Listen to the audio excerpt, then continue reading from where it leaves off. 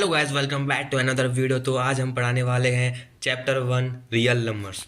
तो इसमें हम आज शुरू करने वाले हैं आज से क्लास 10th मैथ्स। तो क्लास 10th की जर्नी शुरुआत हो रही है मैथ्स से। तो भाई कैसे स्टार्ट करना है क्लास 10th को, कैसे शुरू करना है, ये सब हमने अपनी वीडियो में बता रखा है, चैनल पर जाके देख सकते हैं। आज हम आपको चैप्टर 1 पढ़ाने वाले हैं। और भाई देखो, सारे जितने भी क्वेश्चंस होंगे, जितने भी प्रोबेबल क्वेश्चंस होंगे, वो सब कराने वाला हूँ।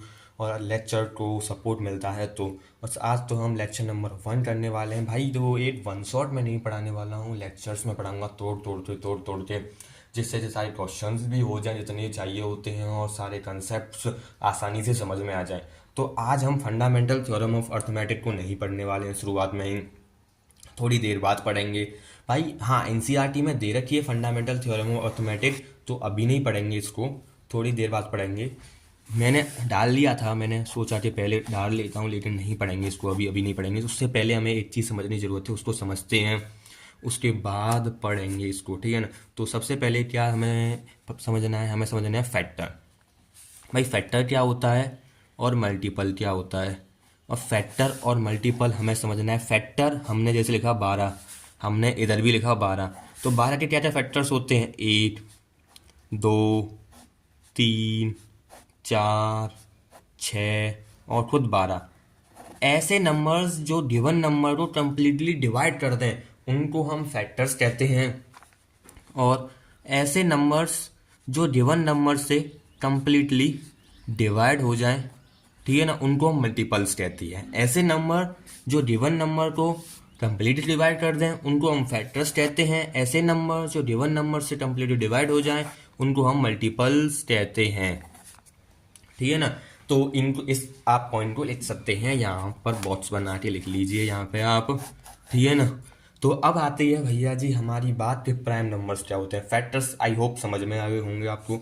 अब बात आई जी प्राइम नंबर्स क्या होते हैं। भाई नोट्स ठीक ठाक बना लेना आप अपने आप हिसाब से, ठीक है ना। वैसे इतनी ज़रूरत नहीं होती है इसमें, आप नोट्स ऐसे ही रफली नोट्स बनाओगे तो ज़्यादा बेटर रहेगा, क्योंकि इसमें क्वेश्चंस भी करने होते हैं।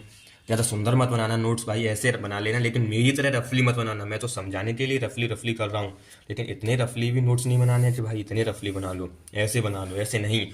और रही बात भाई कंसिस्टेंसी फॉलो करना, कंसिस्टेंसी इज़ द की है, मैं अभी भी बता रहा हूँ।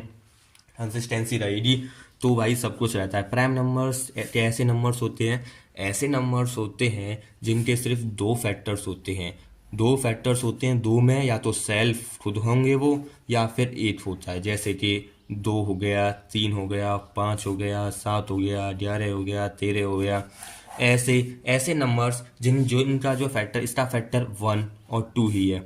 3 का फैक्टर 1 और 3 ही है, और कोई होता ही नहीं है। 5 का फैक्टर 1 और 3 ही है। 7 का फैक्टर 1 और 7 ही है। 11 का फैक्टर 1 और 11 ही है।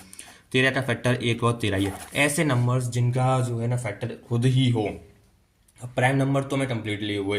प्राइम नंबर की डेफिनेशन लिखना चाहते हैं या नहीं, बता दीजिए। दोज नंबर्स ऐसे लिख लेना, बाद में बता दूंगा। डेफिनेशन बाद में लिखाता हूँ, क्योंकि अभी मेरा फ्लो टूट जाएगा डेफिनेशन लिखाऊंगा तो पढ़ाने का। तो कंपोजिट नंबर की बात आ जाती है। डेफिनेशन यार बाद में लिखा देंगे चैप्टर की जब समाप्त हुआ, मतलब लेक्चर, कल के लेक्चर की स्टार्टिंग में लिखा दूंगा प्रोबेबल में, ठीक है ना। तो कंपोजिट नंबर क्या होते हैं, ऐसे नंबर्स होते हैं जिनके 2 या 2 से ज़्यादा फैक्टर्स हों, ठीक है ना। 2 या मोर देन 2 लिख लो, मोर देन 2 फैक्टर्स हों, जिसके मोर देन 2 फैक्टर्स हों। जैसे 2 गया 4 6 और 8 हो गया, 9 हो गया, 10 हो गया, यानी जितने भी प्राइम नंबर नहीं है ना, बस 4 से स्टार्टिंग होती है इनकी 4 से स्टार्टिंग होती है। और 1 जो है ना, नाइदर प्राइम है नॉर कंपोजिट है। 1 is the neither prime and nor composite, neither ऊपर के लिए ले जाओ, नॉर यहाँ के लिए ले लो, नाइदर प्राइम नॉर कंपोजिट है। और इसके बाद हम आते हैं किस पर, प्राइम फैक्टराइजेशन पर। प्राइम फैक्टराइजेशन कैसे करते हैं भैया जी, सबसे पहले इसको समझ लेते हैं। प्राइम फैक्टराइजेशन कैसे करते हैं, सबसे पहले हम लेंगे 180 की प्राइम फैक्टराइजेशन लेंगे। तो हमें इसमें प्राइम नंबर से करना होती है प्राइम फैक्टराइजेशन। तो सबसे पहले ऐसा नंबर ढूंढना होगा जो इसको डिवाइड कर रहा हो दो दो से। भाई इतना तो आपको आता होगा, इतना तो आप सीखते आए हुए। फिर दो से इसमें 45 पोत, फिर तीन का जाएगा 15 पोत, तीन का जाएगा 5 पोत, पाँच का 1 पोत। ये हुआ इसके प्राइम फैक्टर्स, 2 × 2 × 3 × 3 × 5। या आप इनको ऐसे भी लिख सकते हो, ए दो, 2 की पावर 2 इंटू ए दो, 3 की पावर 2 इंटू 5 की पावर 1। ये हुए 180 के प्राइम नंबर्स।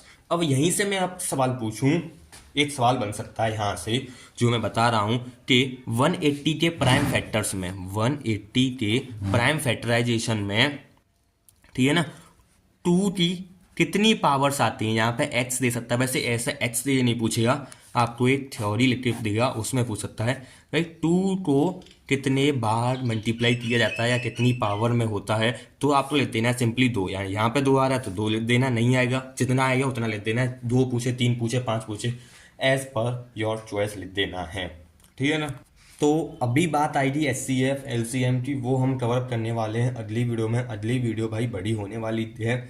इसमें मैंने भाई हाँ आपको थोड़ा सा पढ़ाया, 6 मिनट की वीडियो हो चुकी है। इसमें बस मैंने prime factorization, composite number, prime number, fundamental theorem तो मुझे पता था, लेकिन मैं सोच रहा था पहला लेक्चर थोड़ा सा हल्का ही दूँ। अगले लेक्चर में जो है हम कवर अप कर देंगे फंडामेंटल थ्योरम ऑफ अर्थमेटिक को। मैं सोच तो रहा था इसी में कर दूँ, लेकिन नहीं। और अंत में जाते जाते यही की बात बताऊँगा, कंसिस्टेंसी। भाई consistency is the key. 10th class में आपको कंसिस्टेंट रहना पड़ेगा। ये नहीं कि भाई पहले दिन 10 घंटे पढ़ लिए, फिर अगले दिन 10 घंटे पढ़ लिए, फिर पढ़े ही ना। ऐसा नहीं होना चाहिए। आपको क्या करना है, आपको भाई 2 घंटे पढ़ो एक दिन, दूसरे दिन भी 2 घंटे पढ़ो, फिर तीसरे, फिर चौथे, फिर पांचवें 2-2 घंटे पढ़ो। ऐसा नहीं कि 10 घंटे फिर नहीं पढ़े। ऐसा नहीं करना है भाई, बहुत बार गलती होती है मुझे पता है, लेकिन आपको भाई सुधारना है, कोशिश करनी है। 2 घंटे नहीं हो पा रहा है, 1.5 घंटे पढ़ो, लेकिन रोजाना पढ़ो। भाई कहने की बात अलग होती है, करना बहुत मुश्किल होता है मुझे पता है, लेकिन भाई करना, कुछ पाना है तो कुछ करना तो पड़ेगा, ये बात है। और लेक्चर अगर आपको कुछ कोई भी कमी लग रही होगी तो भाई अगले में पूरी हो जाएगी, क्योंकि भाई इसमें मैंने सिर्फ इंट्रोडक्शन दिया है। अगले में मैं आपको एकदम मज़ेदार तरीके से समझाने वाला हूँ।